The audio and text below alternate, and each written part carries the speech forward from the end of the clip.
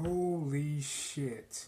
Yo, what it do, YouTube? This is your boy Sugar Speaks. Right now, I'm getting back to you guys with my Riverdale Season 1, Episode 6, Faster Pussycats, Kill, Reaction, or review. But anyway, man, in this episode, we finally got to the bottom of a lot of shit, man.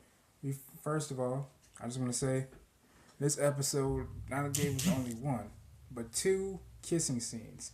Dos kissing scenes. Both of which were fucking epic, man. First, we had the one between Jughead and Betty. Now, many fans have been speculating that it'll be happening around episode 8, but it happened in episode 6. Thank you, God. Then we find the one between, you guessed it, my boy Archie, Andrews, and fucking Valerie of the Pussycats. And man, she is a fine ass number. Valerie, baby, please accept my number, or can I get your digits? Because baby, you are beautiful. Mwah. Anyway, but this episode was pretty damn nice, man. You had a lot of shit, man. The episode starts off with a flashback of young Polly, young Betty, and Jughead narrating, speaking on terms of fear. Fear. At the end of the episode, he says that fear is always with us, and it's so damn true. As kids, we fear. And Jughead says, he goes on to say, as kids, we fear everything, and it's true. With Archie, he fears the big bad wolf from the looks of it, from the masks, Halloween masks that he had up in his trunk, tucked away somewhere. He had a fear of performing on stage up alone, but after some encouragement from Valerie, after the Pussycats performance, into which Josie, aka Josephine's father, was in the crowd watching, but then he had to go away. He walked away, I guess, because he wasn't a fan of his daughter performing that genre of music, and possibly what she was wearing as well, her attire. You saw Valerie and Josie have a falling out. Josie becoming a level-headed diva because her father, was coming into town to see her perform. Her father, we learned that Josephine and her father had never been eye to eye. You know, because to her father, he loves jazz music and she should be doing jazz. She's named after Josephine Baker, a very famous singer at that. This, that, and the third, and it turns into a theme of always trying to please your parents, that pressure to always having to succeed to make them happy. You have to do what you want to do. We finally get to see Betty visit her sister Polly after so many years, after all the stories that her parents have told her. We hear Polly tell Betty that mom and dad told me that you didn't want to come see me, but I knew that wasn't true. It turns out, Polly says, Betty, I'm so glad you came to see us. I'm like, wait a minute, what does she mean, us? So the camera pans down, and what do we see? Polly has a baby bump. And it looks like she's about a good 2 or 3 months pregnant, possibly 4, with Jason's baby. And I gotta say, man, I'm like, damn, wow. I would have never guessed that, And, Polly gives her side of the story.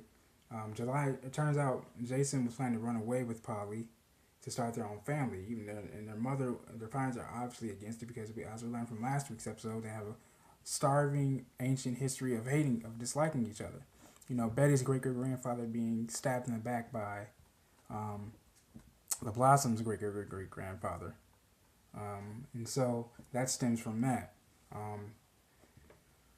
So much, man. Polly says that they're gonna go away to raise their own family against their parents' dismay. Polly said on the day of July 4th, that when she went downstairs, she already packed a bag. She woke up early, she packed a bag. When she got downstairs, there was a lady from the children's home, the place, the asylum in which Polly is housed in currently.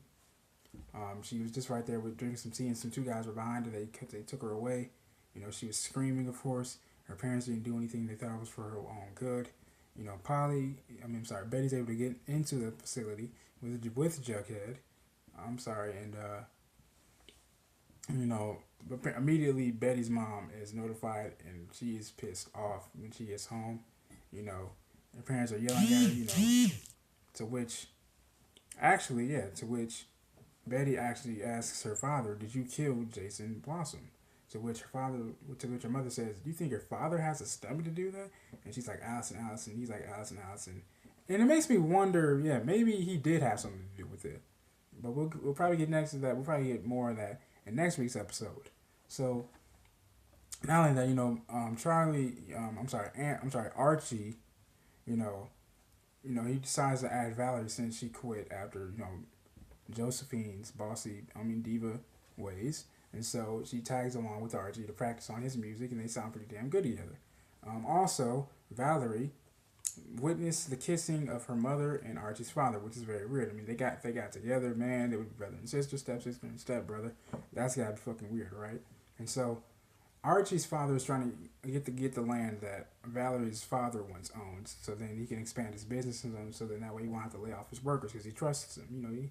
You hear Fred say, "I trust those guys more than anything, man. That's worth something to me." So what Valerie's mother Hermione does is she forges her daughter's signature to be because Veronica is actually entitled to the company, a shareholder of the company, and so Hermione forges her daughter's signature so then she can give it to Fred to keep his business afloat. Shit got real, y'all. Straight up. You see the kiss between Valerie and Archie about fucking time, man. You got you a good one, bro. A1. And so, excuse me. And so things were going pretty damn well, man. I'm glad to see this, man.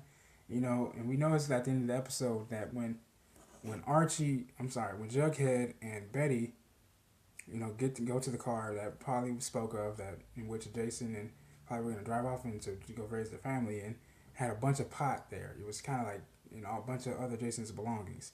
And from the looks of it, the killer was like in the shadows in the bushes looking at them.